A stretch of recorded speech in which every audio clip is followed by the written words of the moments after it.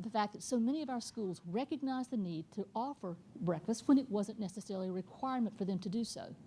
But as we began to dig a bit deeper into the data, we became concerned about something.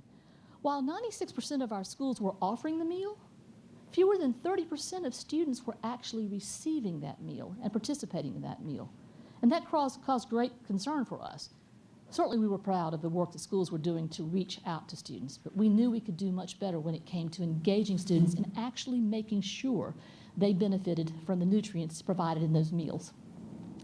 We began to talk with students, parents, teachers. We did extensive interviews with principals and school nutrition administrators to find out why this problem existed. Why do we have so many students who are coming to school who have breakfast available to them but are not taking advantage of that breakfast? We discovered a variety of conditions. We'll speak about those in just one moment. But in order to address those conditions, we developed extensive resources for teachers and school personnel, and for principals, for parents, for communities, for families, to talk about and engage more in the importance of school meals as part of the instructional day. We began to have statewide discussions around access to school meals. Access to school meals. In talking about this Breakfast is Brain Fuel toolkit, we discovered that the problem was that children were in the vicinity, but they didn't necessarily have access, unintentionally. As we looked at the notion of meals being available to students, as they were in so many of our public schools, we discovered that the issues related to accessibility were problematic for us. Just here are a few of those. My bus is always late. The carpool is always late. There's some reason that I'm not getting to school on time. I don't want to be late for the morning bell. There may be consequences if I arrive late. There may be punishment. I'd rather not have the meal than to endure what that consequence might be. Oh, I don't like standing in line with kids who are bigger than I am. I think had we really looked closely at this piece of data, we would have seen that there were some remnants of bullying around the school dining facility where larger kids actually seemed to hover over the smaller children, and they just didn't want to have any part of that. They were afraid. I don't have money for breakfast. That was another problem. Children just didn't show up because they knew they didn't need to. They didn't have money to buy the meal. And even if students qualified for reduced price meals, there was still at that time a 30-cent per meal copay. I'm happy to say this is a problem that North Carolina has addressed head on and has resolved. Our General Assembly has provided that 30-cent copay now for all children who qualify for reduced price meals.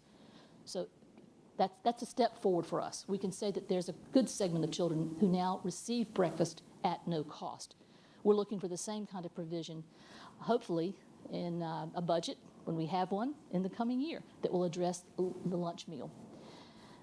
Now here's what bothers me the most. If you look at the bottom statement, I don't want my friends to know that I'm poor. Overwhelmingly, this is the response that came from children to say, this is why I don't eat breakfast, because breakfast is for poor children, and I don't want to be associated with poor children. So while the breakfast was available for them, their self-esteem, their sense of self-worth would not allow them to walk to the breakfast line to receive that meal. Even though breakfast is available for all children, it's not just a program for students who are economically disadvantaged, but children's self-esteem was on the line, and they didn't want to compromise that.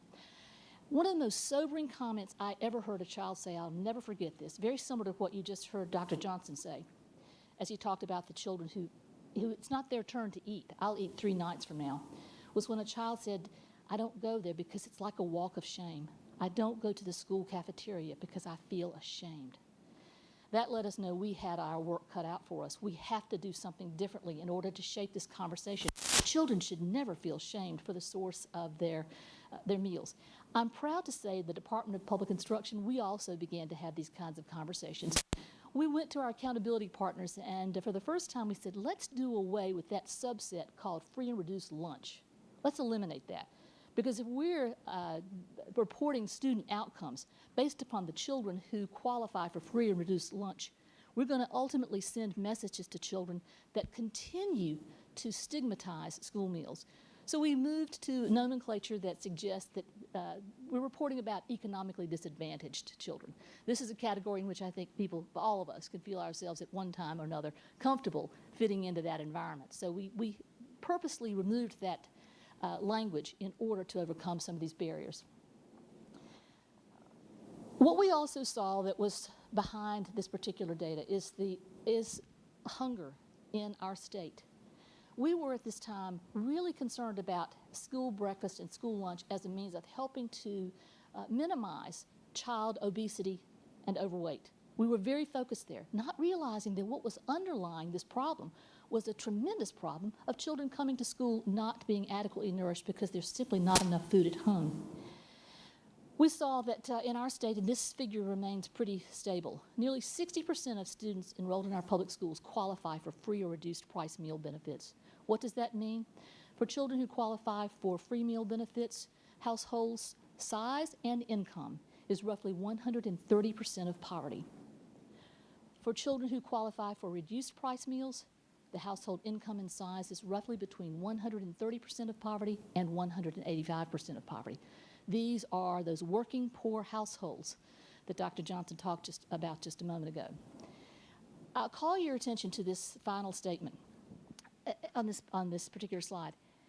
While we are concerned about children who are eligible for meal benefits at school, we are equally concerned about a data set that we can't seem to put our fingers on right now. These are children from households at 185% of poverty up to 220% of poverty. These children are eligible for supplemental education services and other health-related services, but they are not eligible for free or reduced price meals at school. These children often simply lack the income to pay for that meal. Now, we're hearing a lot in the public media these days about something known as meal shaming. We're not going to talk a lot about meal shaming today. That's for a future conversation that we definitely need to have with one another. But meal shaming suggests that children are being denied meals simply because they no longer have the income to support those meals at school. That huge gap is a gap about which we are concerned, because we have resources for children who, as we described earlier, qualify for free or reduced price meals, but not those that we've not yet identified. We hope that at the end of our conversation today, we can have an opportunity to explore how we can capture that information about these students. But where 1 in 5 children in the United States is at risk for food insecurity and chronic hunger, in North Carolina, it's 1 in 4 students. We're sometimes edging a little more closely to 1 in 3 students. Our numbers are so high. Now, as we look at what's happening in the nation, we see a very shameful statistic for our state. North Carolina is among the top states in the country that exceed the national average for hunger. So what we're seeing in North Carolina is consistent with what we see about the communities across the country. Now, academically, we know that students who are hungry, who are chronically undernourished, do not perform well in the classroom. This is a very typical appearance of a child who's just simply lethargic, would rather not engage because their body is just not well nourished. There's no energy to fuel the basic metabolic functions. They certainly have reduced cognition and brain function, very limited attention spans. Their ability to stay on task for anything we're asking of them is limited, very short-lived. They have difficulty concentrating and performing complex tasks simply because that science that we spoke of earlier, those neurotransmitters are not firing robustly so as to enable them to engage in those higher level critical thinking skills. They do have more behavioral problems, not necessarily because they're just trying to cause trouble by any means. They're hungry. Their minds are thinking about, when am I going to eat? My stomach is rumbling. My stomach hurts.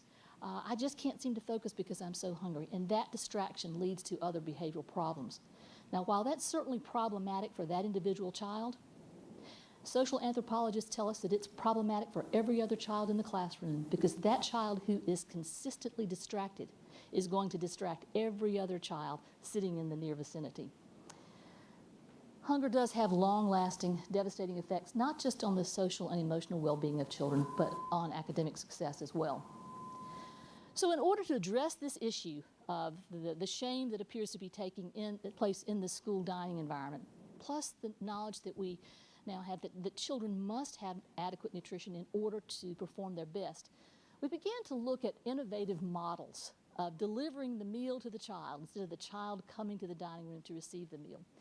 You'll hear a little bit later today about the model of breakfast in the classroom, where meals are literally delivered to children in their classroom. They consume the meal as a part of a small community. They begin to engage in a new culture around food and acceptance with one another. Then there's grab-and-go breakfast. As children are exiting the bus area or the parking area as they're coming into schools, they grab a breakfast and they take it to their classroom where they're allowed to enjoy that meal while they're engaging in another developmentally appropriate activity. One of my favorites, I think I relate to this one, second chance breakfast. I am not hungry at 7:30 in the morning, but boy, I'm ready to enjoy breakfast at 9:30. So second chance breakfast allows adolescents, largely, the opportunity to get to school, get awake, get oriented, and then at 9:30, 10 o'clock, they're probably hungry for a meal. That's when they're most likely to have that meal. The good thing about that, we know that when children have access to food just prior to an academic engagement, to some classroom activity, their performance is better than it would be if you had breakfast 4 hours earlier. So this is working quite well for teens. Then universal school breakfast is something that's taking shape in North Carolina as communities begin to see that we all benefit when children are well nourished. Universal meals simply means that the district has chosen to invest whatever resources are available to them to ensure all children have access to meals at little or no cost. Now, I want to rewind to say the State Board of Education is certainly to be credited for your amazing role in bringing about those innovative school breakfast programs, because it was a resolution that was unanimously signed by the board in 2011 that gave rise to these particular programs and this innovative approach to breakfast. Your resolution was enough to send a message to superintendents, principals, and teachers across the state that breakfast is important enough, so much so that you may count it as part of your instructional day as long as students are engaged in a developmentally appropriate education initiative. So you should take great pride in knowing that you were among the first in the country to do what you did, and therefore raise the bar to other states to emulate that activity. Now, I suspect as we finish our conversation a little later today, you're going to also take another first, and yes, there will be other states looking forward to adopt the same approach that you hopefully will adopt a little later today. Innovative school breakfast works. We have seen the data. It shows that certainly children have improved memory and cognition, just as we do when we have the opportunity for nutritious meals. The improvement in problem-solving skills, reading and math scores improve, and outcomes for standardized tests improve. We also see children are less likely to be tardy. They are less likely to be absent from school. They are less likely to pose behavioral challenges in the classroom. So the opportunity to create that culture of focusing on learning becomes much greater as a result of these innovative programs. One of the goals in the most recent strategic plan for the board was to continuously improve the number of innovative school breakfast programs in the state. As we were collecting the data annually, we were amazed when we began to see the uptake, the increase in the numbers of innovative school breakfast programs. So this is great news, again, attributable to the leadership of the board in adopting this as a priority during the strategic plan. We're not where we need to be, however. We still have issues that we need to address in order to bridge the gap, so to speak. In 2015, we were invited to participate in the Leander case to testify. Spent a great amount of time with Judge Manning, and we used as our conceptual framework the opportunity to support and to offer school meals as a part of a basic education, sound basic education for all children. He was certainly enamored with that concept and turned and said, please let me know whatever we can do to help make sure every child receives meals in North Carolina. So clearly, school nutrition programs have become critical safety nets for many households. Many of the working poor households that Dr. Johnson just spoke about still struggle to provide meals for children. An increase in fuel prices by just 20 cents can be enough to keep a child from receiving a meal at school. Families have to make the decision, do I purchase fuel that gets me to and from work, or do I purchase meals for my children? Unfortunately, it's a decision that's all too often difficult for many. So here's where we are, and as we're continuing our conversation and about to launch to the real experts in the room on school meals, currently only 59% of North Carolina's students who are eligible for reduced price lunch are also receiving breakfast. This means we have over 250,000 children that we need to provide meals for. These children, we're not sure why they're not accessing meals, because meals are available at the school every day. But these children are economically disadvantaged. They qualify for the meal service. We need to figure out why it is that they're not consuming meals. And then we want to continue to look at what this bridging of the nutrition gap can mean not only for children, but what it can ultimately mean for school districts. If we were to recognize, again, that 59% and a very modest goal of increasing to 70% of all students who are eligible for free or reduced price lunch, having that breakfast meal, we're looking at closing the gap in a manner that brings in $2.5 million more in federal funds to support that meal service. As I mentioned earlier, school meals are federally assisted. So as children increase in participation, the benefit of federal money comes back to the school district. So as we transition now in our conversation from what's been happening in the department and in the community around nutrition, I think I'd like to take this opportunity to acknowledge the amazing collaboration that we've had with our colleagues at No Kid Hungry North Carolina. Because as the department has been working in administering and overseeing the programs, we have relied upon our colleagues in No Kid Hungry to begin to help us with discussing the importance of access by providing conversations, providing information, providing data. In fact, the data you'll find at your table, the data to show what the nutrition gaps are, so people may begin to make decisions about how they can expand breakfast participation. Conducting outreach and activities. Our No Kid Hungry partners literally go to speak with county government officials, municipalities, to talk about what this could mean for the entire community economically, as well as from a health perspective and education perspective. Providing grant funding. Many of our schools have benefited from startup grants to help them purchase the equipment they need to make innovative school breakfasts a reality. And then collaborating on events such as the Summer Palooza. If you've not participated, I invite you now, because we're beginning to think about summer meals at this chilly time of year, because we know that we have to make the same progress in addressing summer meals for all of our children as well as breakfast. And then coordinating to achieve the mutual goals that we all aim for, where children's health and meal access is concerned. So again, I want to reemphasize the importance of the data, the importance of the anecdotal data as well, because we're going to begin to hear from our colleagues, teacher, superintendent, and most important, from the student perspective, as we look a little closer at the issue. Thank you. Julie?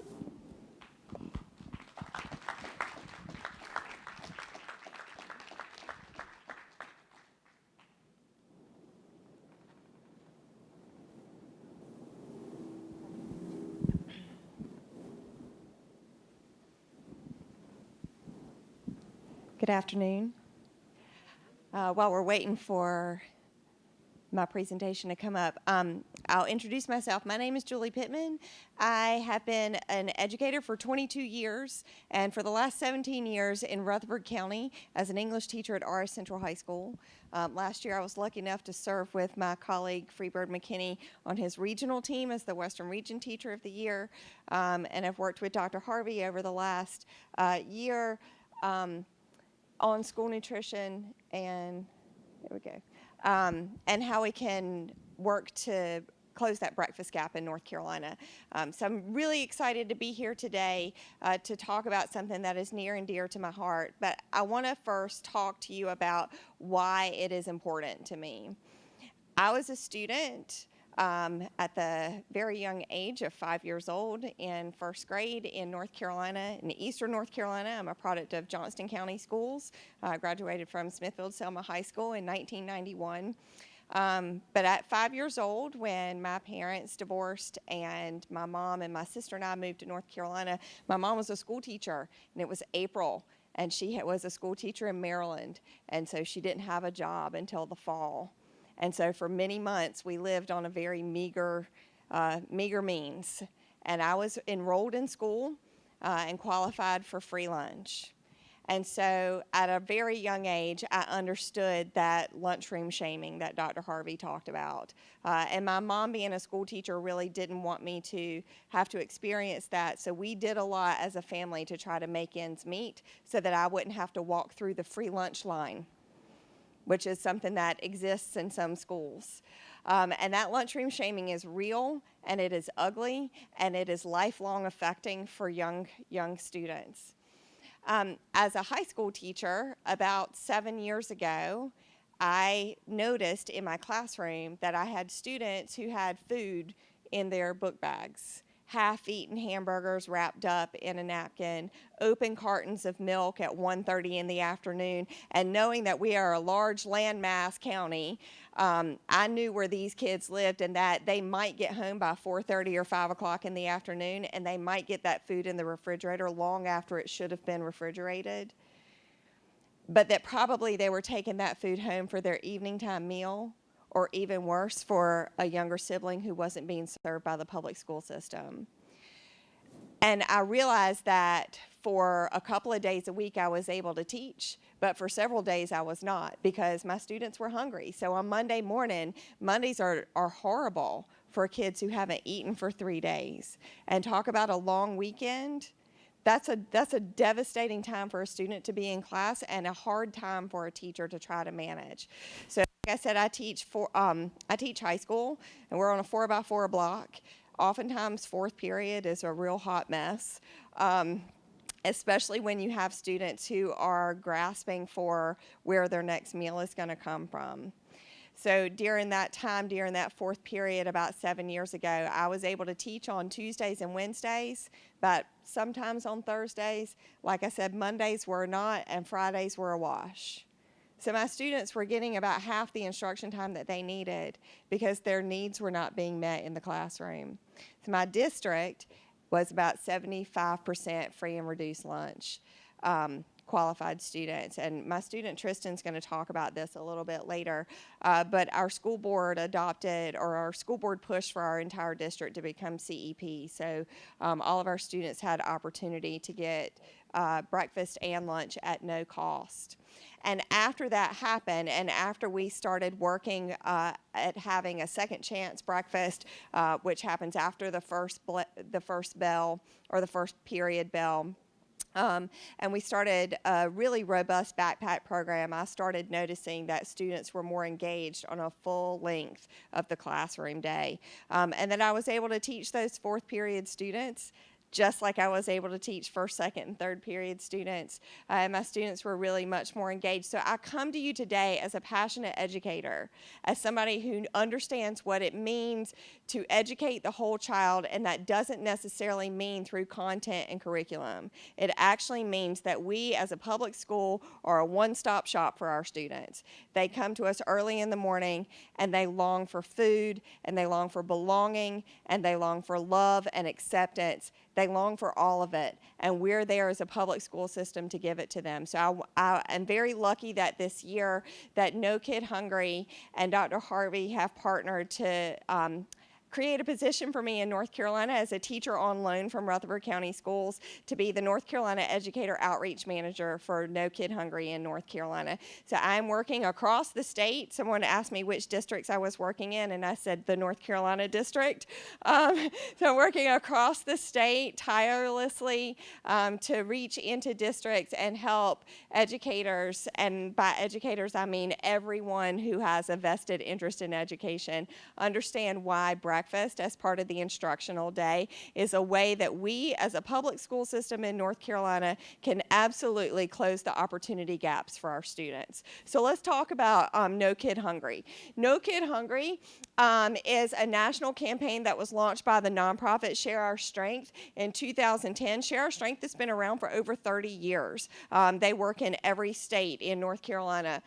Its goal is to end childhood hunger, not put a dent in it, not try to help help reduce childhood hunger, but to absolutely end it, and it is their goal and their mission to do that. No Kid Hungry North Carolina is a public-private coalition between Share Our Strength and the UNC Center for Health Promotion and Disease Prevention, working to end childhood hunger here in North Carolina, specifically partnering with public schools. How we do that is through a variety of ways. We're working to create policy and change policy at the state level. We're researching ways that we can reach more students through school meals. We work with low-income families to help them understand healthier lifestyles through nutrition and how to get healthy food on a budget. We work with summer meal sites, making sure that students are able to be fed early in the morning and all the way through the end of the summer. We're working with local community groups to receive tools and resources to end childhood hunger in their own communities.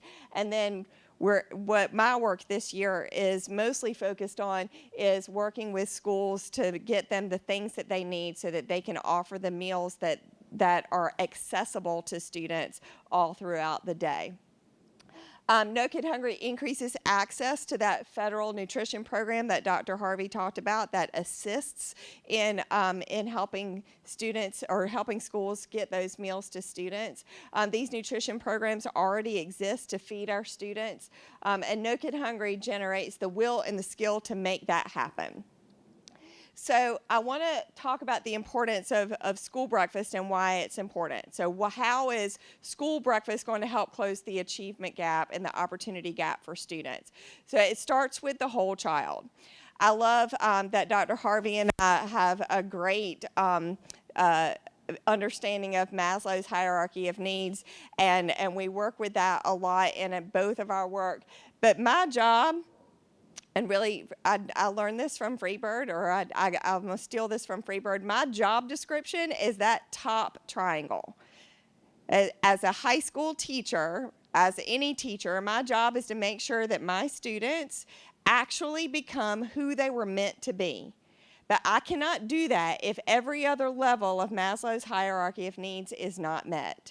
And at the bottom, in that physiological needs section, that's where food is. So if I'm trying to teach my students how to become responsible community members, that we are building those communities to better their own communities, if I'm trying to teach them that without feeding them, and when they're hungry, that's like putting a roof on a house with no foundation.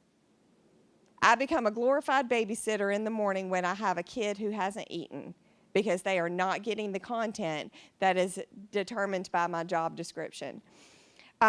Let me back up just a minute. I'm a high school teacher, but we're all educators. If you have a vested interest in public schools in North Carolina, you are an educator. I'm not just an educator because I'm a teacher. I am an educator because that's who I'm called to be. I am called to serve students. I serve students through my curriculum and through my relationships and through my motivation for my students. My school nutrition work, my school nutrition staff, they are also educators. They are called to serve students through the nutritious meals and relationships that they build with students on a daily basis. If you don't believe it, walk into any public school that serves breakfast and get on the line and find out how many names of kids in the building those ladies and gentlemen know. Because I guarantee you it will be more than the vast majority of the teachers who are in the classrooms. The custodial staff, they are educators. They serve students through making sure that we have safe and clean schools. That front office staff, they are the first line of defense, also educators. Bus drivers, very first and last people who see our students, also educators. And you, as school board members, you are also educators. You are serving our students through the work that you do, the policies that you create, and the vision and guidance that you give us as a state of North Carolina. We are all educators, and we are all called to this work to make sure we are serving the needs of all and each and every one of our students. So let's talk a little bit about how data can help us close the opportunity gaps. All right, kids come to school hungry. Teachers say it, I say it, talk to any teacher. kids come to school hungry. 3 out of 4 educators see students who regularly come to school hungry. 3 out of 4 educators. 57% of our teachers regularly buy food, and on average, they are forking out over $300 a year of their own money, not for school resources, for food for students. And this is where I think you all should be jumping up and down and saying, where do I sign up? School breakfast is a big deal because on average, math scores can increase by 17.5% when students eat breakfast on a regular basis. 17.5%. Take that to any principal in the state of North Carolina and tell them to start serving breakfast, and their math test scores will go up, and I guarantee you they will want to sign up for that. 20% chance greater of graduating from high school, so let's increase our graduation cohort rate. And we have a new study that's coming out by the end of this year that Share Our Strength and No Kid Hungry has commissioned, and it will bring a correlation between a lower absentee rate, so a chronic absenteeism will lower when students eat breakfast on a regular basis. So students come to school early in the morning, and many of them don't get up or don't get home until late. I have students who get on the bus at 5:45 in the morning, and they may not get home until after practice, until well after 7 or 8 o'clock at night. And if the only meal that they are actually having access to is lunch because they are walked through the cafeteria, we are doing them a disservice, but we're also doing ourselves a disservice. I have sat at many school board meetings that have been at the state and local level where people are talking about student achievement, and it is only in terms of test scores. If we are only looking at what we're serving our kids in the classroom through curriculum and not through our whole child, not by meeting the needs of each of our kids when they walk through the door until when they get home, we are missing the boat. And we can close that opportunity gap by simply serving them breakfast and making sure they have access to it. So let's look at how we can do that through changing the culture of our schools. So making breakfast a part of the instructional day. It addresses common barriers of traditional cafeteria breakfast. It ensures more students are able to start the day with a healthy meal, and it sets an equitable playing field by ensuring that every single student sitting in every single classroom has access to a meal at the start of the day. Breakfast is part of the instructional day. Is innovative serving models where breakfast is served after the official start of the day, and we do that through several different ways, and Dr. Harvey began to talk about that with breakfast in the classroom, with grab and go to the classroom, and second chance breakfast. So breakfast in the classroom is just how she talked about it. It's breakfast that's served in the classroom. So I want to tell you a story. I have twin 10-year-old daughters. They're in 5th grade at Rutherfordton Elementary School, and a few years ago they had a classroom teacher. Their whole school serves breakfast in the classroom. They had a classroom teacher who was able to give my children something that I could not give them. My husband and I, we are fully capable of feeding our children 3 meals a day, 5 meals a day, however many meals they want to. But we are a busy family. My girls are competitive dancers. They don't get home from dance any night of the week before 7 o'clock. And so we're not able to give them something that I grew up doing, and that was sitting around the dinner table and talking about our day. But when I walked into their classroom a few years ago and I saw their teacher sitting around a table with all of her students, and they were all eating breakfast as a family meal, she was giving them a gift that I could not, a favorite family pastime of mine. She was building a relationship with them. She was teaching them how to read labels on food. She was talking to them about their day, about their likes. She was doing innovative reading of instructional texts, which anyone will tell you is in every curriculum, reading across the curriculum from pre-K through 12th grade. So she was giving them instructional time and relationship building over a family meal over breakfast in the classroom. That, my friends, is an innovative breakfast model and a way to serve the whole child from the very first time they walk into the classroom. Grab and go to the classroom is simply like Dr. Harvey said, you grab a meal and you go to the classroom and eat it. It can be around family meal like my daughter's teacher did, or it can be while they're doing some other instructional activity in the classroom. And second chance breakfast, which is offered after first period, traditionally in middle school and high schools when those students are a little bit more awake and ready to eat a breakfast. So let's talk a little bit about what the numbers look like. When you serve breakfast in the classroom, you can increase your breakfast participation by up to 88%. With grab and go, up to 59% participation, and with second chance breakfast, up to 58% participation. So take a look at those numbers and let's remember what they are, because when Dr. Harvey and I come back at the end and talk to you about our call to action, these numbers are going to be really critical for how you're going to be able to move forward. It's important to remember that when implemented correctly, that breakfast as a part of the instructional day won't take away from instruction time, because teachers can integrate it into what they're doing already in the classroom. That it won't place unnecessary burden on educators.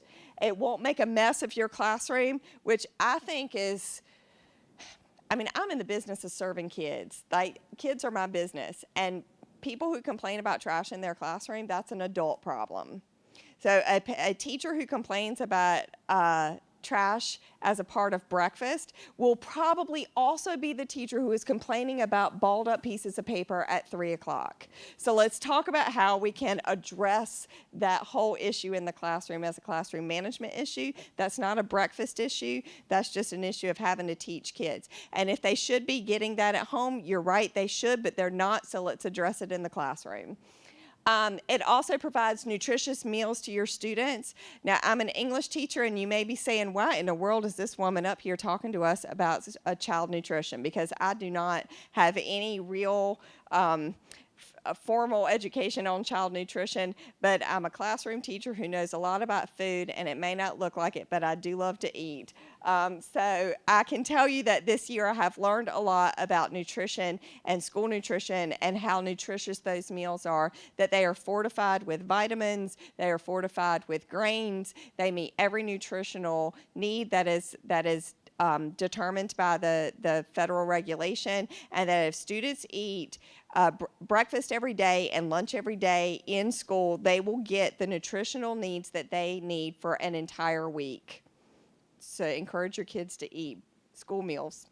And they're paid for by federal nutrition funds, not the general school funding. So there are a lot of things that breakfast in the classroom, breakfast as a grab and go or as a second chance breakfast, along with the lunches that are served in schools, can really meet the needs of your students. And when you're thinking about how you as a board are trying to address the whole child and what we can do, it really does start with the very first time that we see them and how we're making sure that they're ready for instruction and ready to learn in class.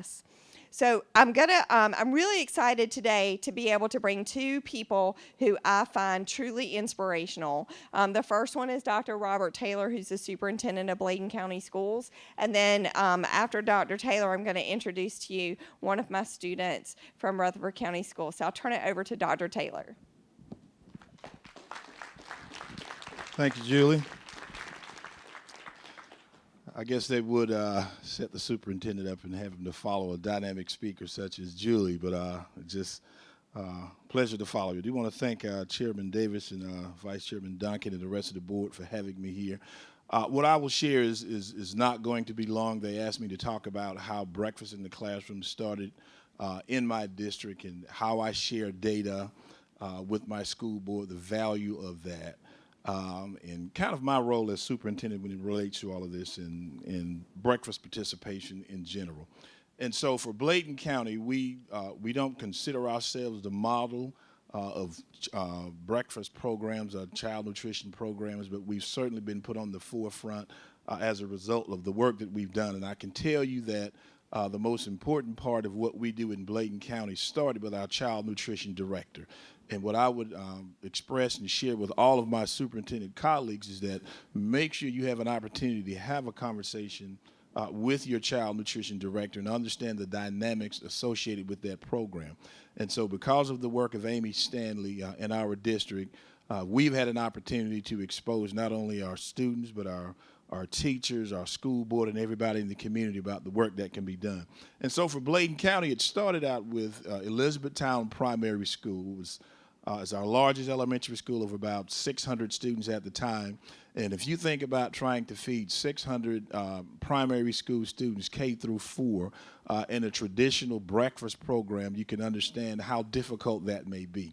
So they had lines going out the cafeteria. It took all sorts of time to get those students fed. Amy talked with the principal at the time and suggested that they look at breakfast in the classroom.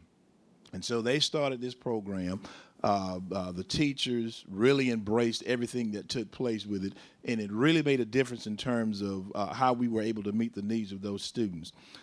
So we obviously shared that information with other schools around the district and hope that they would participate as well. But as always, those common barriers stand in the place, the things that Julie talked about, and for the most part, it's called inconvenience to grown folk. Inconvenience to grown folk.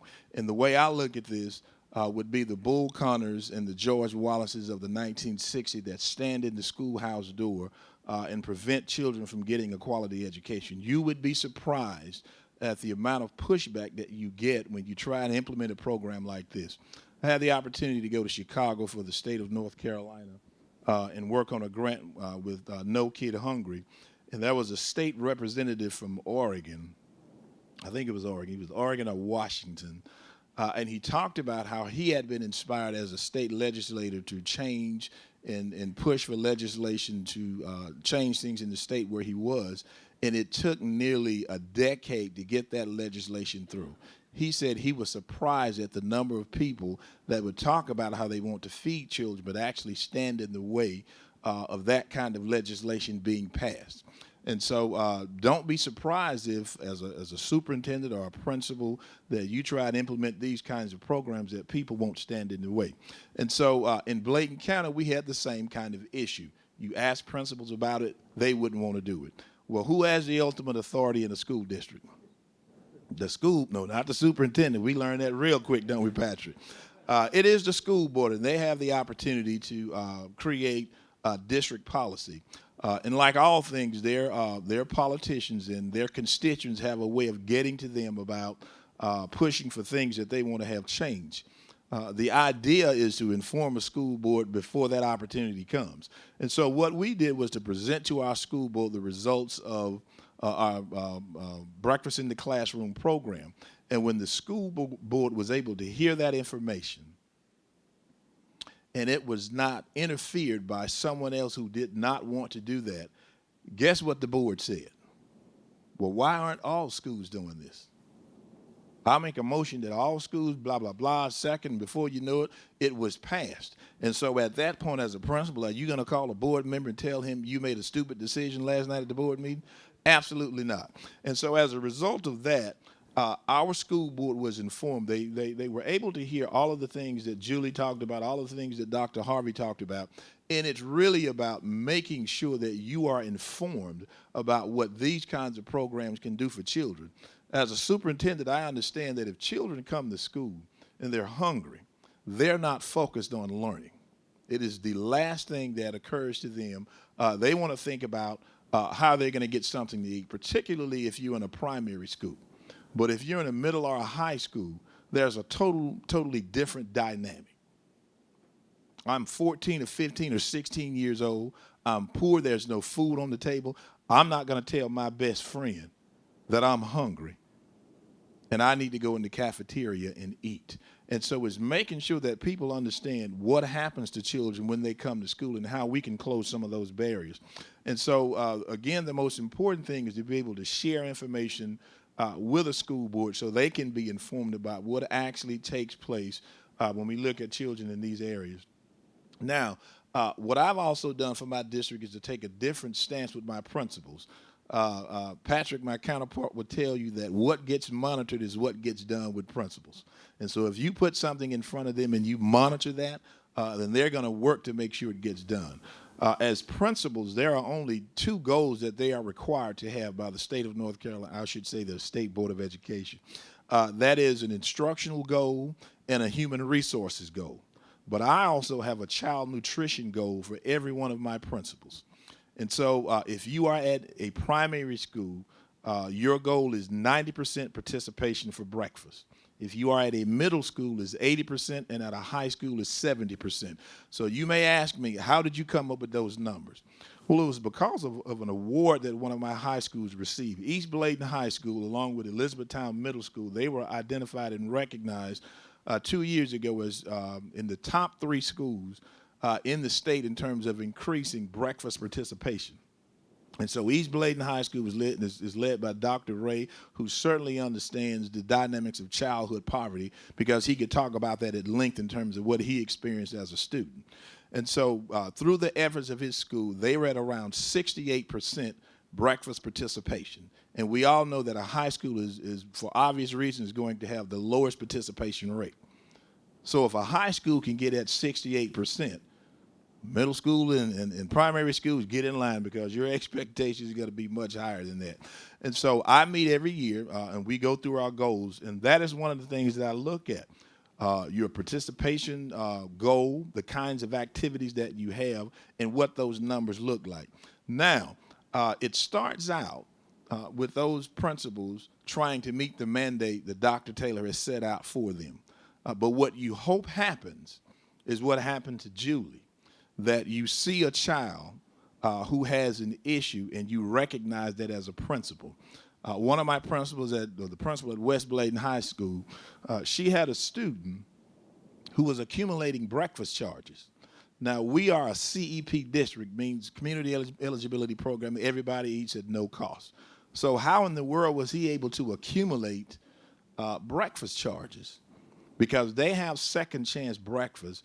At the first breakfast, he was giving his breakfast to another student so he could have 2. And then at the second chance breakfast, he would get his, and then he was obviously being charged for that. And so that led that principal to understand that everything that Dr. Taylor is talking about is right under my nose. The principal at Tar Heel Middle School had the same experience of a student who was putting food in the book bag to take home later to eat. And then she immediately recognized that, you know, this is right here under my nose. And if you know anything about Bladen County, we are probably the 4th largest county geographically in the state, very spread out. We are what you would call a food desert. When Dr. Johnson talked about being within 1 mile of a grocery store, well, that's most people in Bladen County. And so you understand that children don't have these opportunities. And so finally, I see my role as superintendent is really about bringing awareness to these kinds of issues and make sure that everyone else understands. I know that most superintendents in the state have what is it, Patrick, less than 3 years? Less than 5 years. We have about 80, 85 superintendents that have that level of experience. So as a new superintendent, what are you focused on? How am I going to get student achievement up? How am I going to get graduation rates up? And you don't think about these kinds of things. So my goal has been to try and educate not only principals, school boards, but my constituents about the kind of work that you need to focus on to make sure that students can reach that self-actualization of Maslow's hierarchy of needs. And so that is not an easy task. But certainly people respond to it. I had an opportunity to be a part of that grant writing team for the governor for the No Kid Hungry grant. And we had the opportunity to work with 12 districts to be able to write grants to provide funding to support these kinds of programs. And so we'd like to think that what we've done in Bladen County is a success. We're certainly going to keep pushing the envelope. We know that as a poor community, 76, 77% free and reduced lunch, that every student needs this opportunity. I'll end with probably what has been the most difficult situation, and this was at one of my middle schools. And so they knew I had this goal. And we had the Bull Connors that stood in front of the door and said, why can't we do this? And so I went out to the school one morning, and as soon as I walked through the door, the custodian comes up to me. See, Dr. Taylor, come look at this. Come look at this. And drugged me in the bathroom. Look at that milk carton all against the wall and blah, blah, blah. I said, well, I'm sorry, but that sounds like a supervision issue to me. It has nothing to do with breakfast in the classroom. And so when I came out, another teacher came to me and gave me all the reasons about why they couldn't do this breakfast in the classroom. They were trying to do grab and go in the atrium where middle school students are. You think they're going to be worried about grabbing food and going and eat? They want to look cool. And so we went through this whole litany of excuses, and I finally had the principal in the office, and she was standing there. And I said, let me say something to you guys. As soon as I walked through the door, everybody had a reason or an excuse as to why this can't be done. I haven't heard one explanation or statement about why we can do it. And when you recognize that 76% of the students in this district are free and reduced lunch qualified, then that means the majority of your kids in this school need this kind of assistance. And for you to sit here and tell me that it can't be done because you're inconvenienced as a grown person, then I'm not going to accept it. And so I hope that you guys do the same thing, stand up and think about the legislation that is possible. I do want to applaud the board for having that as a part of your strategic plan. It speaks volumes about where you are as a board and definitely where we need to go as a state. Thank you.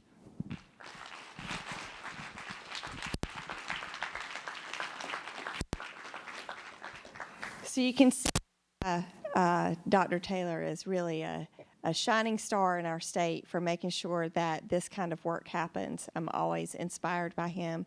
And I would also like to say that that last fall, Dr. Taylor was awarded the Friend of School Nutrition Award at the School Nutrition Association, the state's School Nutrition Conference back in October. He's one of only 2 people who are outside of nutrition who have ever been given that award. So congratulations.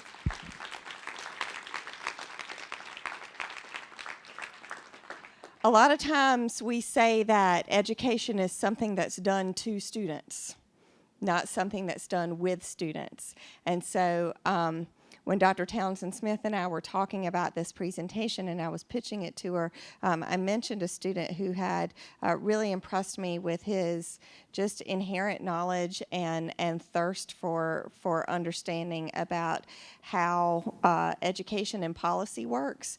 This is a student whom I've known for many years. I've known his family. His uncle is here with him today, and he's just a student who I've seen grow over the course of the 4 years in high school into someone that I think we should all want to have leading our next generation. So it is my honor and my pleasure to introduce you to my student, Tristan Rodrigo Chavez Perez.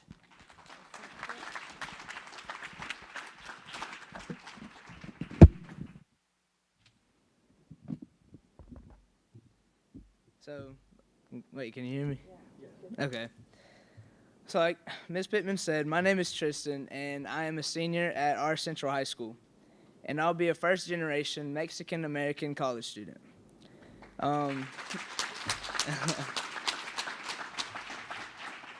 Thank you. I'm a nationally ranked soccer player and the oldest of 3 boys raised by a single mother after my father passed away in 2008. I plan to attend the University of North Carolina at Charlotte, but I'm here to talk to you today about the importance of feeding all the kids.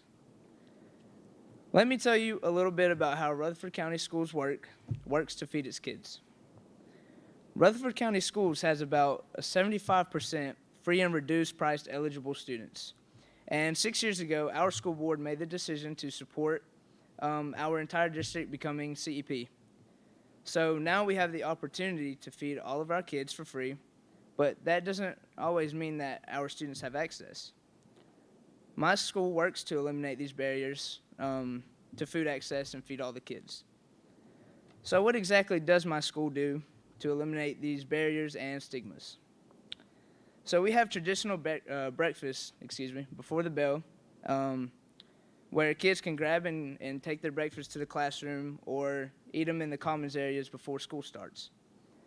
And we have first period athletes that have morning workouts, and they can come claim their their breakfast before school, and then come back to get it after their workout, but before first period ends. And the school nutrition ladies keep the food hot or cold, so the athletes get a good meal in when they need it most. We have a second chance breakfast, which is offered after first period. And high school kids who may not be ready to eat at 7:30 in the morning can also have a chance to eat this breakfast, or in general, anyone who wants to eat it a little later in the day. My first period class last year had breakfast in the classroom. We had an AP class, and most of us weren't used to having to be that awake and engaged at 8 a.m. So our teacher, Mrs. Julie Pittman, brought us breakfast in the classroom so that, we all ate and were engaged and ready to learn. At our central, our teachers and administrators and school nutrition staff worked together to make sure they were feeding all of the kids. But why is this important? Alternative breakfast models allows access for all students and brings breakfast where the kids are and when they need it most. This also eliminates the stigma that free breakfast can often bring because everyone can eat it and the whole school becomes an extension of the cafeteria. And this promotes healthier students. Often new students or immigrant students or shy students don't know how or where to get their food from the traditional model. So all of these things I've described made it easier for some of our students to get the food they need in school. Breakfast as a part of the instructional workday builds school culture and teaches us all that relationships and responsibilities are important parts of feeding all the kids. And at my school, students know that teachers care about us, not just about learning, but about all that we are and all that we can be. Breakfast in school exemplifies this. Thank you.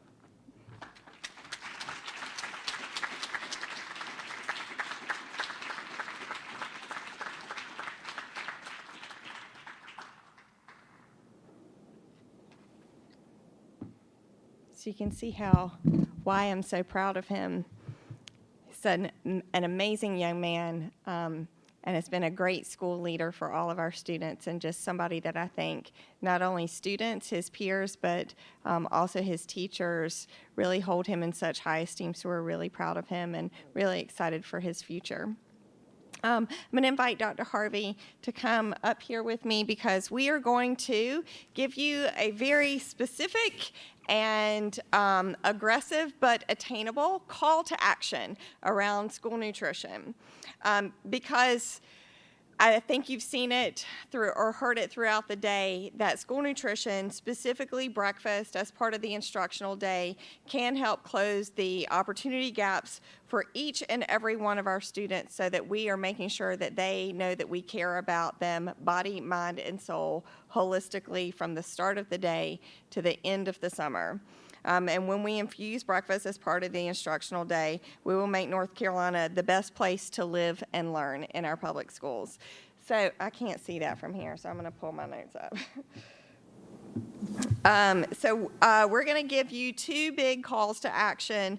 One is around innovative school breakfast. When I was at the August board meeting, I heard several board members ask about what kind of metrics do we need to look at how we're feeding more kids? How can we make sure that we are going to do this in the most appropriate and efficient way?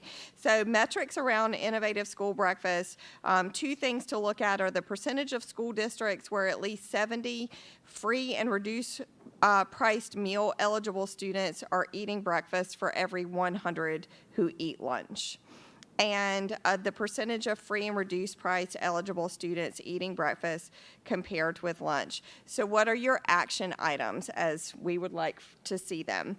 One is to set a goal of a statewide increase from 58% of free and reduced price meal eligible students eating breakfast, which is the 2018-19 baseline, to 62% over the next 5 years. Number two is to identify the barriers districts face in implementing innovative school breakfast models and develop an appropriate action plan for those districts. And number three is to identify the impact on students and school districts of expanding the threshold of eligibility for free and reduced price meals beyond the current 185% of the FPL such as to the CHIP eligibility threshold of 211% of the federal poverty level. So quite simply, we're asking you to do this. If we Maslow, they will bloom. We do our part, they will achieve the successes that we envision for them. We want to continue to see growth around the summer nutrition program as well. So we have proposed expansions in terms of the number of summer nutrition program sites, the length of service for those sites so that we can ensure that we have meal service up to 2 months during the summer, and that we encourage the number of meals that are available at that site, the number of sponsoring entities. We propose this with the request from you that we readopt the resolution that we committed to in 2011, that we reframe it, we refocus it, so that we can together address the issues we've learned about today, and that we can begin to address the whole child relative to the access to nutritious meals that are available to them.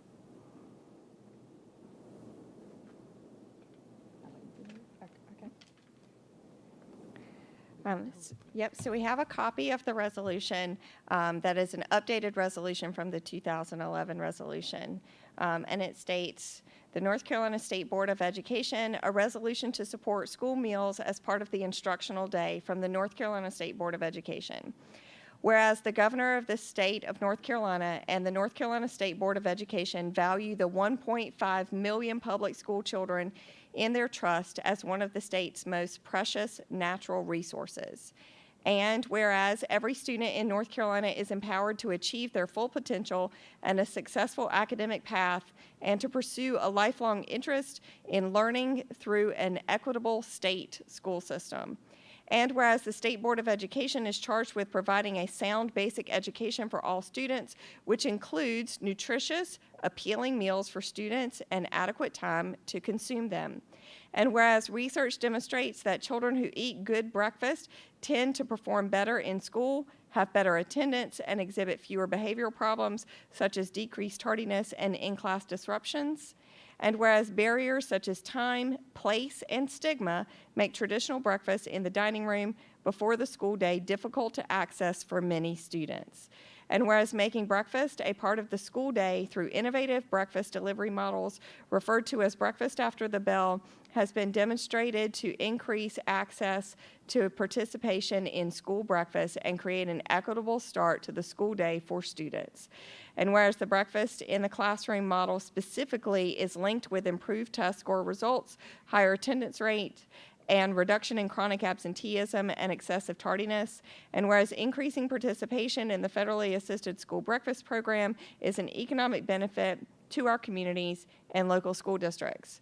Now, therefore, be it resolved that the governor of the state of North Carolina and the North Carolina State School Board of Education considers time spent by students consuming breakfast after the start of the instructional day to be instructional time. This includes breakfast that is consumed in a classroom by some or all students while a teacher is providing allowable instructional activities simultaneously, such as announcements, attendance, turning in homework, individual or out loud reading, and breakfast that is consumed during a countable homeroom period. Board members direct the Secretary to the State Board of Education to enter a copy of this resolution into the official minutes of the North Carolina State Board of Education. And we are pleased to say it's signed by Eric Davis, Chair of the Board, Mark Johnson, Superintendent, and we're anticipating the signature from the Governor shortly. So this is an exciting day for the school nutrition programs and for students across our state. If you're interested in knowing more about the data and how the data affect your communities, you will find individual data sets on the table. I'm happy to tell you our regional case managers are armed with the data, and they are meeting regularly with superintendents and other educators about the importance of closing the gap.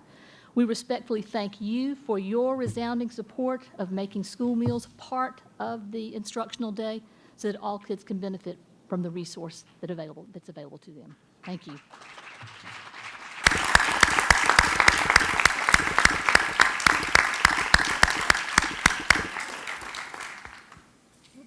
Dr. Hardy, other presenters, I would like to say on behalf of the board and myself that that was a great presentation. It gets to your heart a little bit. Think about children that come to school hungry and leave school hungry. we will definitely address that resolution at the appropriate time, Mr. Chair, when it's ever proper for our position on that, which I'm sure we support it 100%. No question, we need to take action. We need action now. You know, a lot of times I talk about getting online, going to run a 100-yard dash, and you hope everybody can, have the same advantages and the same benefits at the line. But if you're hungry, the other person's probably on the 60-yard line, and you're still at the starting line. So, as you mentioned earlier, or several of you mentioned the fact that you talk about high grades and emphasizing the test scores, but the test scores can't get there if the students are hungry, as you said earlier, Ms. Pittman, that you got to have that house on a solid foundation, and the foundation breakfast is a part of the foundation to help those kids to get to the goals that we have already emphasized and we work hard to try to achieve. So again, I just want to say thank you for the presentation, and then, of course, Mr. Chair, you can add some other things. So, Mr. Duncan, you want to add anything to what I've said? Well, thank you, Mr. Keenan, to you and your committee, and Dr. Harvey, Dr. Taylor, Ms. Pittman, and Tristan.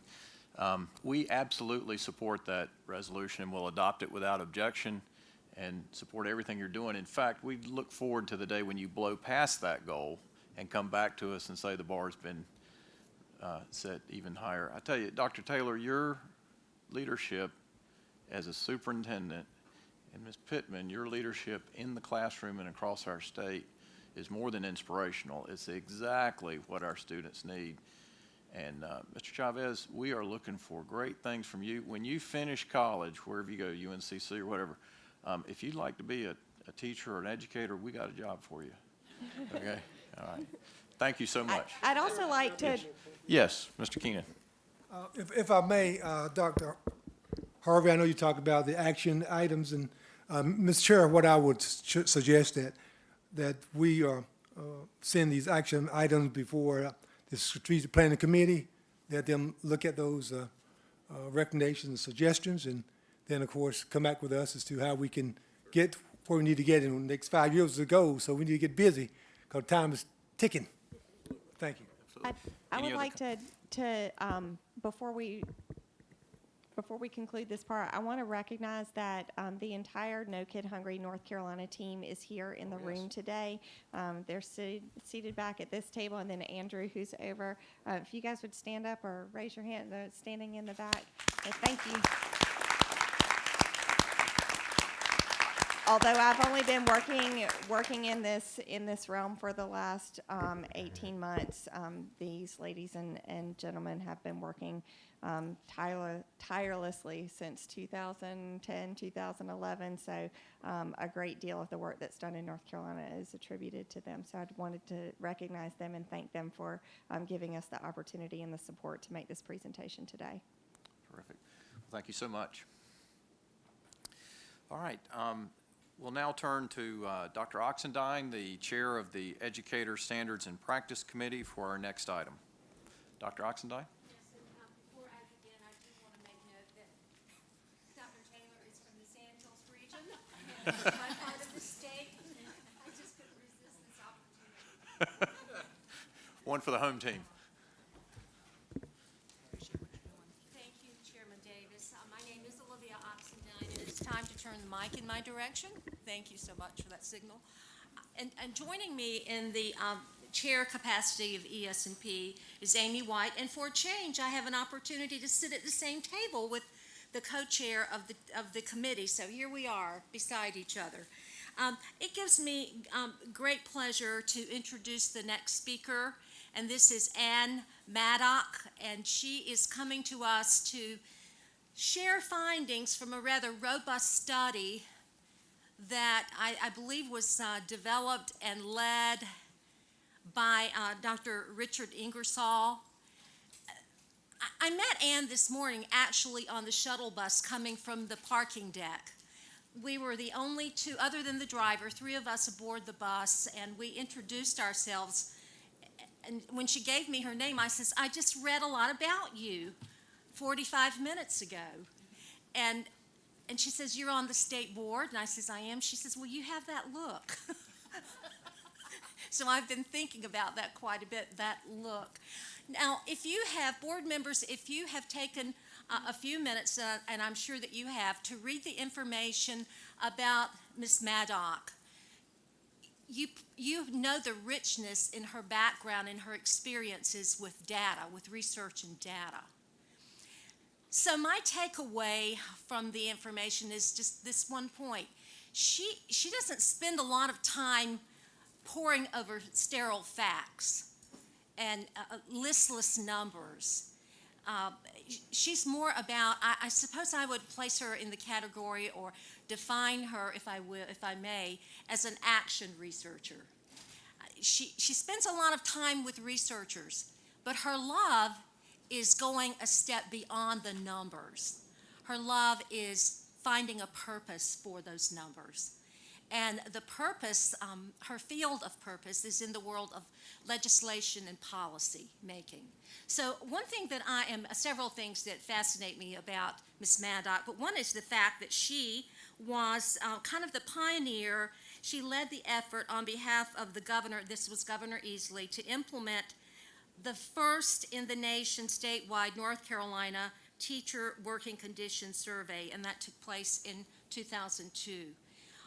Every other year, we have the opportunity to hear the findings from that teacher working condition survey as state board members, and we often ask the questions, okay, this is fascinating.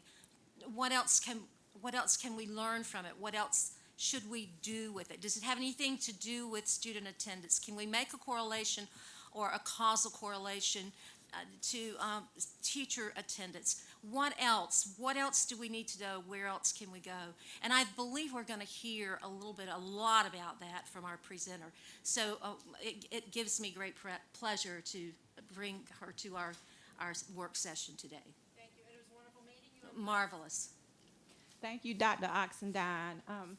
Good afternoon to State Superintendent and Chairman Davis, State Board members and advisors. Thank you for allowing the teacher working condition to be discussed at your planning meeting.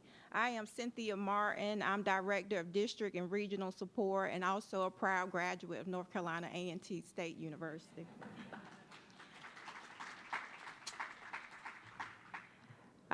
Dr. Oxendine did a great job of introducing Ms. Maddock, but I just want to give you a little bit of information about our work with the survey. Executing the working conditions survey is a statewide service managed by district and regional support. The survey continues to inform local communities on ways to improve schools.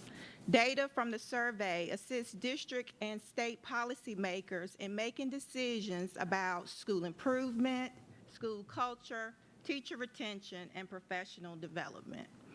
Just a little background information, because some people only think about the survey every other year, but in district and regional support, we think about it all the time.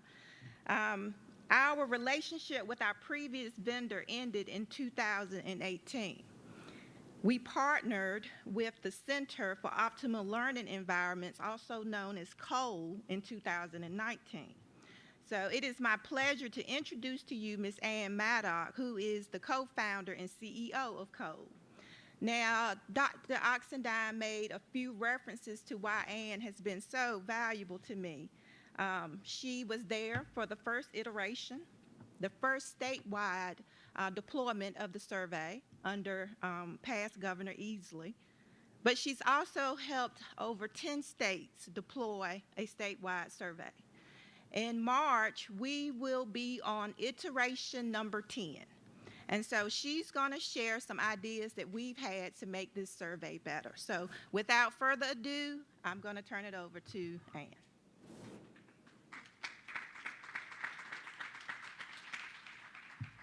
Thank you, Dr. Martin, and thank you, Mr. Superintendent and Chairman, and for this opportunity to be here. And it's been a while since I was in the state environs of the policymakers in North Carolina, and it's really nice there's a lot of friendly faces and a lot of familiar faces in the crowd, so thank you.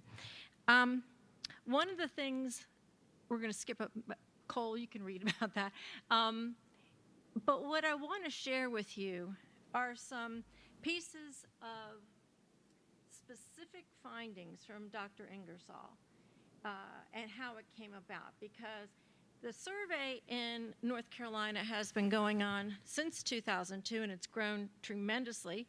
And last year, under your current state superintendent, you had a 91% response rate across the state, which is really extraordinary. And so I want to share with you, oh, I don't know if I should walk away because I don't have the microphone. Oh, you take this one?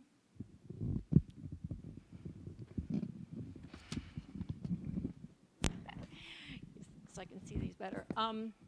And what we're going to talk about is a little bit, can you hear me? Is that okay? Is the strong connection of 5 specific elements of the teacher working survey. Over the years, it's a long survey, anywhere between 70, 80, 85 questions, depending on what state and depending on what year. And so what we're going to talk about is a little bit of ground level, because there's so many new people in this room. There's also so many new superintendents and new principals across the state that we really need to have a little bit of look on what and where this all came about. So it is integral, the results are integral in the district and school improvement plans in North Carolina by state board policy, educator evaluations and school administrator evaluations by statute, and the state compliance plan for your ESSA work. The working conditions is mentioned all throughout it many times. And it is, it really flows in nicely with your ESSA plan, because the ESSA plan is basically the federal way of saying, okay, you must start using, states must start showing evidence of using research-based strategies for improvement. And it's supported by the North Carolina budget and administered through DPI. So what is it? Online survey, anonymous, school-based, a survey of teachers and all school-based licensed personnel, and it measures the teaching conditions that were adopted by the State Board of Education in 1999. So that was the start of it. The teaching conditions were revised a few years ago, but they're basically still the same. I mean, they were updated for the purpose of some language and everything, but they still measure those same standards. The questions have been shown to be connected to student achievement and to teacher retention. They're not causal. I know Dr. Gary Henry, where'd he go? Oops, okay. They're not causal, but they are connected, and that becomes really important when we start talking about the research from Dr. Ingersoll. The school is the unit of measurement. This is not about an administrator. It is not about one individual. The school is the unit of measurement. And North Carolina was the first state to administer this, as both of the introductions mentioned. And last time, we had 100,000 educators completed every year since 2008. And last year, 91% was the highest response rate that you've had. So, with a little bit about Dr. Ingersoll's work and why he started down this track. So, let's see, 2015, I was presenting to another state board of education on their state findings on the survey. These other states utilized the survey from North Carolina as their base set of questions. And one of the board members said to me that he teaches at a university, state university, and he trains administrators. And he said, okay, there's all this research connecting student achievement, teacher retention, to the survey results. But what can I actually tell my administrators that they need to focus on? Because there's 70, 80 questions. Where do we begin? And I said, good question. We know that there's 2 sections of the survey. All the research across the nation is showing that, but we don't know particulars.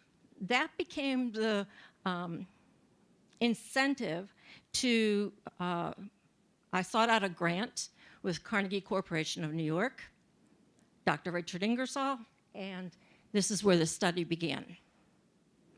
Part A versus Part B, you've got your instructional leadership or school leadership over on the left side. And you can read those, but what we're going to do is talk about what the key findings were between school leadership, teacher decision-making, and what the connections to student achievement are.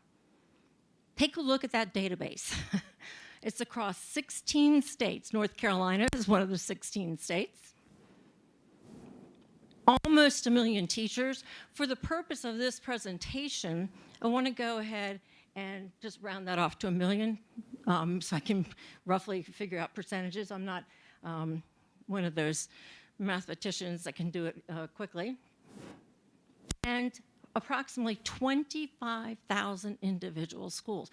That means 25,000 schools that met their minimum response rate threshold. In North Carolina, that response rate threshold is 40%. In every other state, it's 50. So you've got almost 25,000 schools that are in the database as a set of schools, and that composes almost 1 million teachers. It was over the 2011 to 2015, 2011 to 2015 years that he used the database for.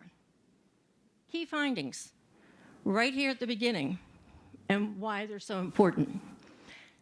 Schools with higher levels of instructional leadership, we'll talk about that here in a second, and teacher decision-making perform at least 10 percentage points higher in both math and English. 10 percentage points. I know that you, as educators and state policymakers, and you're like, wow, that's a lot. Okay, it is a lot. And on their state assessments, and this is after controlling for school demographics. High poverty schools, of course, which you're very interested in. The high poverty schools often lack the instructional leadership and teacher decision-making pieces that they should be emphasized, and therefore you're putting them at a greater disadvantage. So the research part A. These two slides are from Richard. This slide, the next couple of slides. And so please don't ask me too much about the data. I'm not a data person. I like to use data from well-respected people like Dr. Henry and Dr. Ingersoll, and use them in policy. So what Richard did, there are 11 questions in the school leadership section of the survey. And each of the 11 are listed there. There's a couple more general overall ones. But if you look at this one on high standards, teachers are held to high standards. You have 90-something% across these million responses, 25,000 schools, that are saying that they agree or strongly agree that they're being held to the high standards. And as you go down to each of the other questions, you'll see some of them start decreasing in rates of agreement. The one about school improvement team becomes really important here in a few minutes, so pay attention to that one. And holding teachers to high standards, and school improvement team is effective, and they share a school vision. Those three become really important.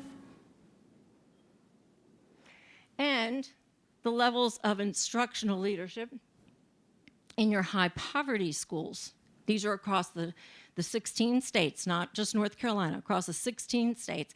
Again, look at the difference between your high poverty in white and your low poverty schools. These are rates of agreement, but you'll see that the high poverty schools do not do as well in the rates of agreement, except for, you'll see down here, leaders facilitate data use. They do better in that, and that makes sense. Why? Because there's a huge effort across the nation to get your high poverty schools to focus on using the data. So the instructional leadership and student achievement, what he found, take a look at the lowest instructional leadership, meaning the lowest rates of agreement to those questions, to the 11 questions. 44% on the percentile ranking of a school student proficiency. And when the thing to take away from this slide is the bottom number, the highest instructional leadership rates of agreement across this huge database are 55%, so a differential of 11 percentage points. Huge. That's the number that to keep remembering, because these are for both math and English on state proficiency tests. So, what did he find out in particular? In the 11 questions, there were 3 that popped way out there as to being connected to student achievement. They all are, so you want to keep asking those 11 questions. But which ones? There's 3 that become extremely important. Holding teachers to high standards was the #1 top indicator. Schools where leaders hold their teachers to high standards had higher student achievement. Providing an effective school improvement team and fostering a shared vision. Now, the shared vision and fostering a good school improvement team become really important because those are 2 items that aren't usually emphasized when you're training administrators or when you're working with schools. Take a look at the numbers that don't have these things. Out of the 25,000 schools, or roughly 25,000 schools, 42% of their faculties reported they didn't have, 42% of 25,000 schools, so they did not have an effective school improvement team. And then 43% said there's not a shared vision. And so right away, you're probably thinking, okay, how does that play out? Well, we're going to talk about that in a minute after we talk about the results of the Part B, which were the school teacher decision-making components.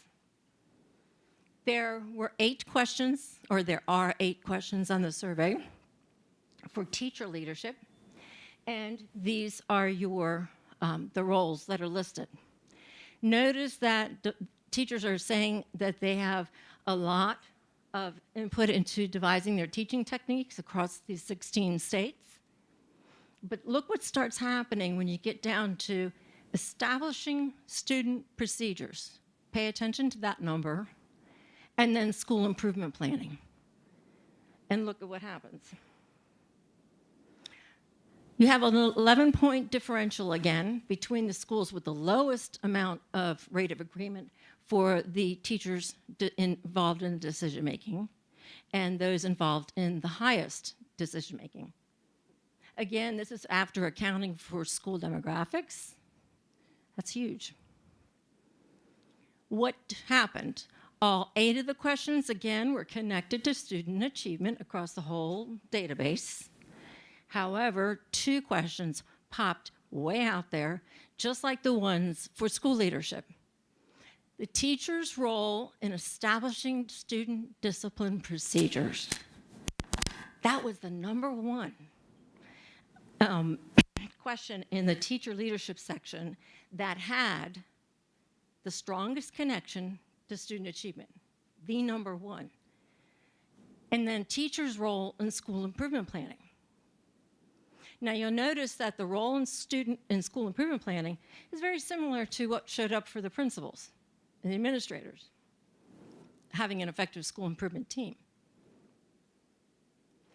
So the takeaway, or one of the takeaways, was the more teacher involvement you have in school improvement planning, you have a more effective school improvement team, and you have higher student achievement.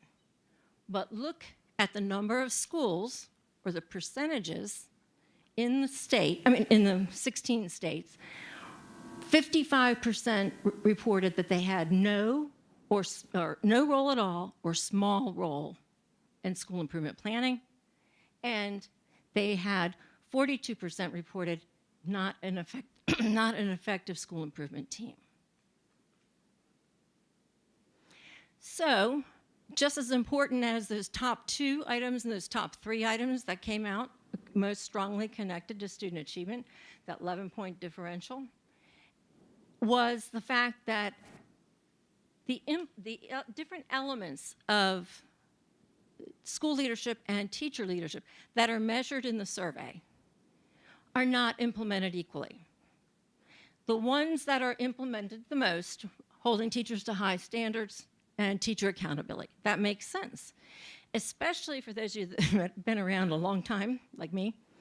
There's nobody in here in this room that's been around that long time.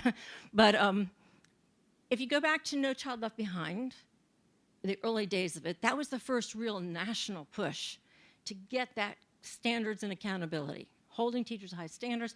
Let's talk about the evaluation instruments across the country.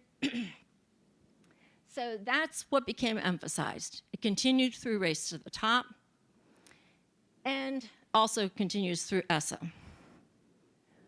Yet, the teacher voice and shared vision components of school leadership and teacher decision-making are not as often implemented in schools. However, they are also strongly associated with student achievement, improved student achievement. Okay. High poverty schools, it's exacerbated, excuse me, I have really bad allergies, and I've been fighting something all morning long. In high poverty schools, these differences are really exacerbated.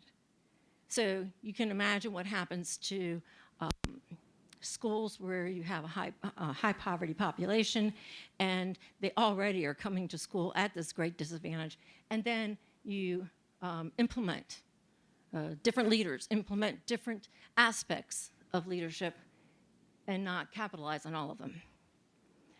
Richard and I presented at the National Title I Conference last January, and one of the things that I wanted to focus on was what the numbers actually mean. So when he says that 42% of the schools in this database do not have an effective school improvement team according to their responses, that's 10,000 schools across 16 states. And take a look as you go down through here, 15,000 schools in that database out of the roughly 25,000 saying that teachers have little to no role in the establishment of student discipline policies in their school.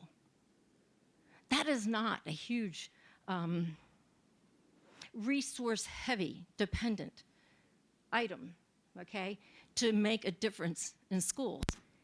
So how do we make teachers more involved or involve them in the decision-making processes around your school student discipline policies? But almost 16,000 schools in that database said that. Some takeaways, and you can read those over. And these are just quick takeaways at the very end of the slide deck. There are 2 slides. One connects you directly to Richard's results and his report out of the Consortium for Policy, for Consortium for Policy and Education Research.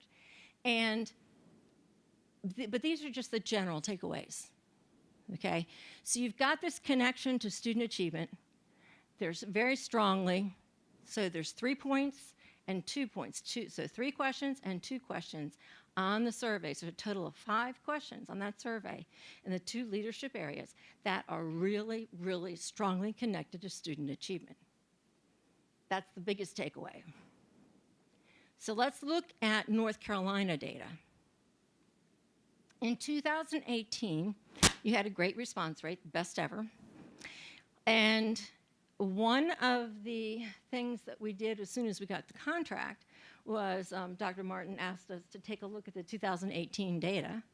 So everything from here forward is just North Carolina using the 2018 results. And we took a look at it through the research lens of what Ingersoll had found. So the difference is he used the 25,000 schools as the base set of the data. And what we're talking about here are the actual responses on rates of agreement, agreeing and strongly agreeing for the individual questions. But you're going to see the same pattern develop. So in North Carolina, take a look at the middle section of the school leadership item, holding teachers to high standards. The holding teachers to high standards, 93% of your respondents in 2018 agreed or strongly agreed that they're being held to high standards. That's great. You wouldn't want to see anything else. But what happens to the other two elements of school leadership? Take a look. You've got 84% and 84.3 and 84.1 saying, agreeing that they have a shared vision in their schools and that the school improvement team provides good leadership in their school. Again, I call that missed opportunities. Those are two things, again, they're not resource heavy. It's not like saying, okay, we're going to change class size, or we're going to make this huge technology piece across the state. These are leaders that are not emphasizing those two aspects of school leadership as strongly. Take a look over on the right. Rates of agreement again. The rates of agreement for teachers being involved in the development. We're not saying that administrators don't support teachers. We're not saying that teachers are having a discipline problem. We're saying teachers that are saying they are not involved in the development of policies around managing student conduct. Only 61%. You've got more than 40,000 teachers in North Carolina in 2018 saying they don't agree that they're involved in that. And then for their roles in school improvement, 78% are saying that they're involved in that. North Carolina's had school improvement laws on the books since the early 90s, okay? It's a state law. On the school improvement team, it's to be elected by their peers. It delineates what their roles are. And you have 77% saying that they don't have an effective, their planning in school improvement is not existent. So now take a look, and these are, we ran some random district data for the state and and you'll see that the response rates are all above 90% for individual districts. But take a look at the sizes. You have from very small districts to pretty large. You've got a district there with 5,000 educators. I guess you can guess which one that is. And then some smaller districts mixed in. But look at the same pattern. So, oh, thank you. Yeah. Yeah, thank you. I'm sorry. Okay. So what you have there, you look at the center column. Again, it is something that really shows up that the state is doing a great job at, holding teachers accountable, holding them to high standards. North Carolina is doing that, and teachers are telling you they are. However, look what starts happening as you go across some of these districts in the two sections of school leadership, and then take a look what starts happening in the involvement of teachers in the creating the establishment of the student discipline procedures and policies, and take a look at their role in these different districts. I'll bet you can guess there are two districts in there that are high poverty, persistently lower performing, traditionally Leandro still Leandro districts. And I think you can probably pick out which two. Do you want me to tell you? Yeah, you can figure it out. All right, it's District D and District G. So then, let's take a look at some of the data directly across, thank you, directly across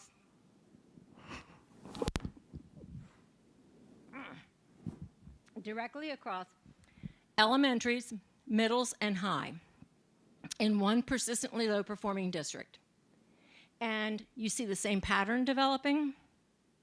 Take a look specifically at the elementary schools. See if you can figure out which elementary schools feed into which middle schools, which middle school feeds into a particular high school. If you look at the color patterns on the rates of agreement for each of those questions, you'll see that they vary widely. Elementary E is one of the schools that is also the lowest performing in that district, of the whole district. Elementary E and C feed into middle A, middle school A. And middle school A and D feed into high school B. And it's pretty amazing when you start looking at it from that lens. So what we also did was, after taking a look, by the way, this particular data set that we were just looking at, we have those data runs for every school in the state and heat mapped like that for every school and every district in the state. And we've given them to Dr. Martin so that she can distribute them through her regional group and get them out to leaders in the state. We ran some policy briefs on teacher retention and student achievement through the lens of looking at the 2018 data with the Ingersoll results. These will be on the website that Dr. Martin's going to speak to you about. And before I end, I want to just talk to you about some things for state leaders to think about. You've got this data of just 5 questions showing a very, very good connection to student achievement.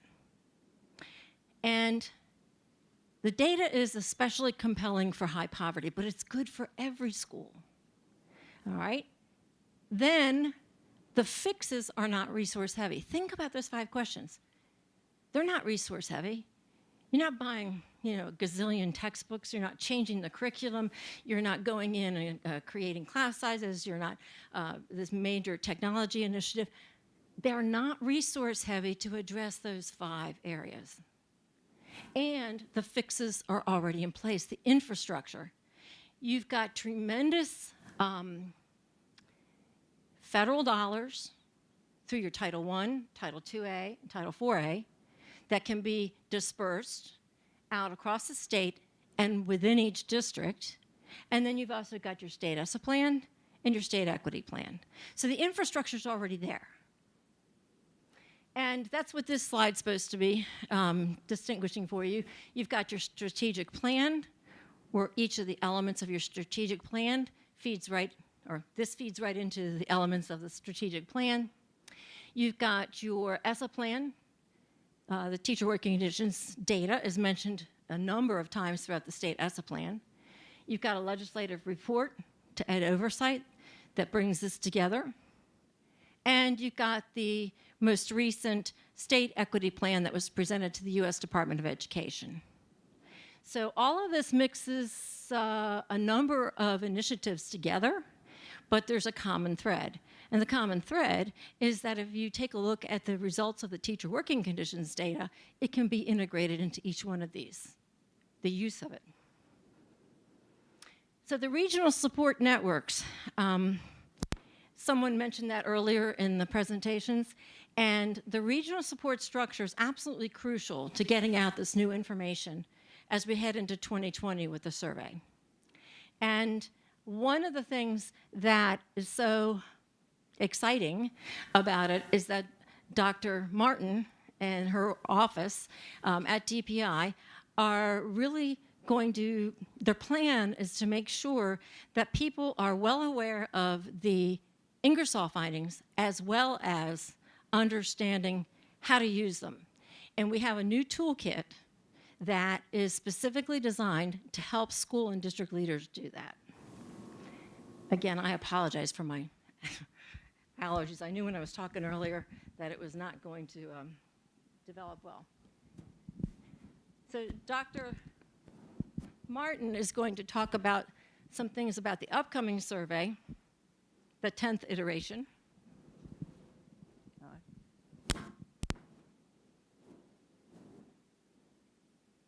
So we have designed a new website that we will be launching at 6 p.m. today. We wanted it to coincide with the state board meeting. And www.asknc.com is where we are going to house all of the information about the website. And the website is crucial for the deployment of the survey. So this is where all educators will go to actually take the survey. Also, this is where you can go to see the response rates when we start on March 2nd in real time. We have a help desk to work with all of our schools. Most people don't know this, but district and regional support, we actually call all the schools. We call when you are at 0. We call when you are at less than 40 because you won't get a report. We call when you are at 89 to ask you, please take it so you can enter and win a prize. So we call all of our schools at certain points in their responses to just try to make sure people are aware. Incentives will be listed here, the results will be listed here, and all of the different items and talked about, like the, you mentioned the toolkit, will be on the website. So we could not do this work if it wasn't for an advisory committee, and some of those members are here with us today.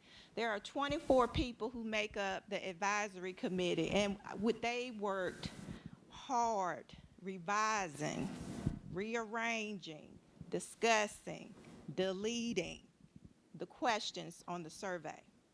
In order to ensure accountability and consistency in data results, a decision was made by leadership to keep the core survey unchanged for 2018. New sections approved by the advisory committee, equity and school safety, will be added. They will be preceded by a blurb that lets those taking the survey know that we are creating a baseline for this new data. The work of the advisory committee is greatly appreciated and needed in order for us to surpass our 2018 participation level. We have a new communication plan where all 24 members of the advisory committee will receive monthly talking points to post on social media, to use in their newsletter, so we can all have a very consistent message to help people understand the changes in the survey, and also to, pique people's interest in taking the survey. I can't see. So the regional case managers that Ann alluded to, they will be trained, a deep dive training in November. And so the plan is for us to share the new data from 2018 to help people to understand how easy it is to identify Ingersoll's elements in Ingersoll's research and apply them to their own school. We're hoping that this piques the interest, and when we roll it out in 2020, we will come back again and work with all districts and schools in using this data to talk about how to improve school planning, professional development, teacher retention, and things of that nature. So at this point, I know we are limited in time, and Deanna is giving us the eye, but I just want to make sure that maybe we can try to answer any questions. We've given a lot of information.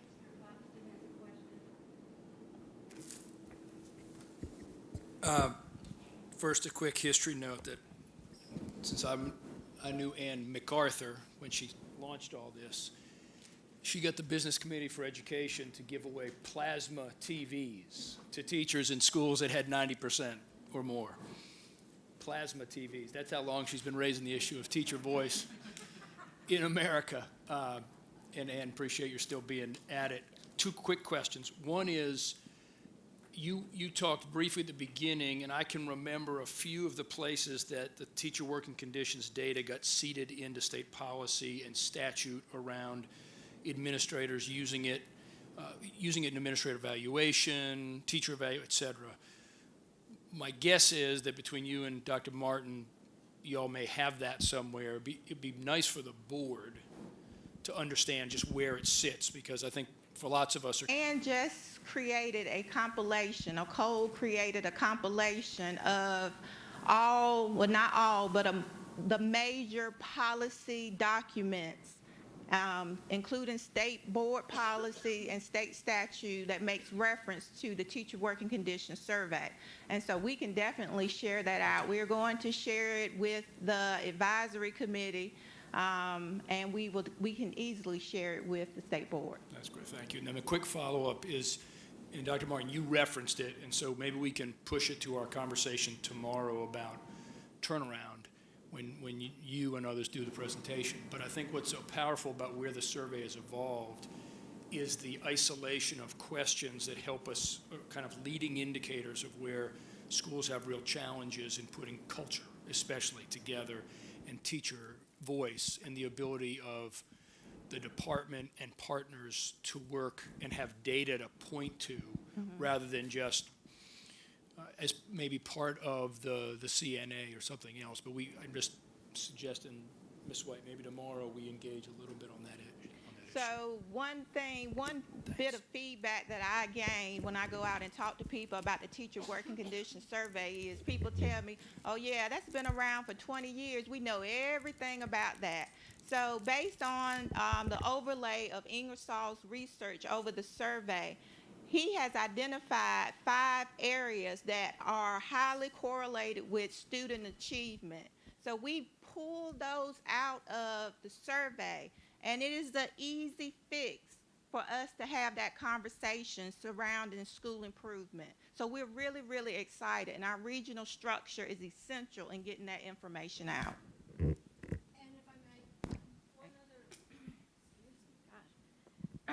The thing that Mr. Buxton referenced about the high poverty, low performing schools, Dr. Susan Allred, who will be speaking with you later, worked with her for 6 years in Kentucky, and gave her many years of state data for the persistently low performing schools there. And we felt really good about the way that the assistance teams there were able to utilize that data and work on specific customized improvement at the school level. Any other questions?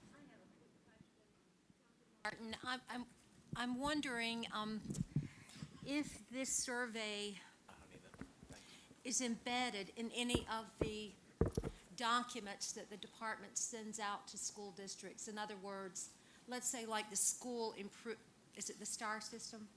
NC STAR. NC STAR, okay. I'm wondering if that survey could be embedded so a school could click on it and have the data at quick accessibility. That's Is something that we making can- sense? Yeah, I think I know exactly what you're asking about. way So it's the immediate. results could pop Yeah, up immediately. right, it's a They could- pop-up. Yeah, that's it. That's something that we can definitely look at and work on. I think We are beating Kentucky this year. You will if you do We came to this. and I know exactly where we missed it, and we are beating Kentucky. We will be the #1 state. I'm sorry, I should have used the mic. Somebody got mad at me. I used the mic. We're beating Kentucky. Are you gonna do the Race.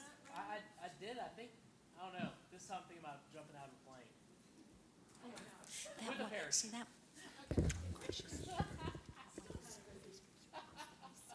Did you have any other questions or comments? Oh, yes, Matt.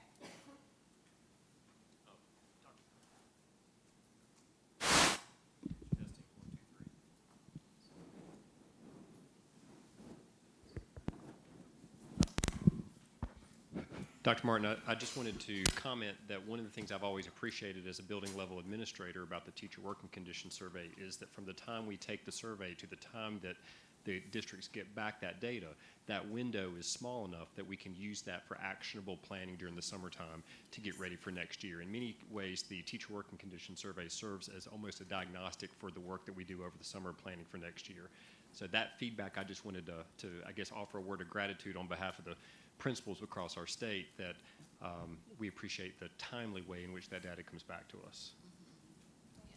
Yes, Ann has already asked me to stop over-promising for the survey return time. The plan is to deliver results to the state board in May and also reveal the survey statewide, the data at that same time.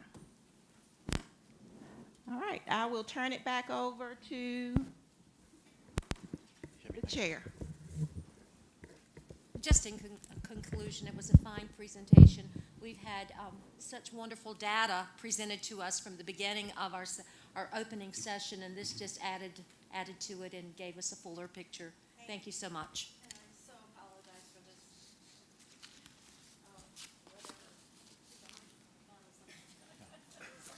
Thank you, Dr. Oxendine. We have one more item, and has so much meat in it that let's take a 10-minute break and be back at 4:05, and then we'll start on our last item.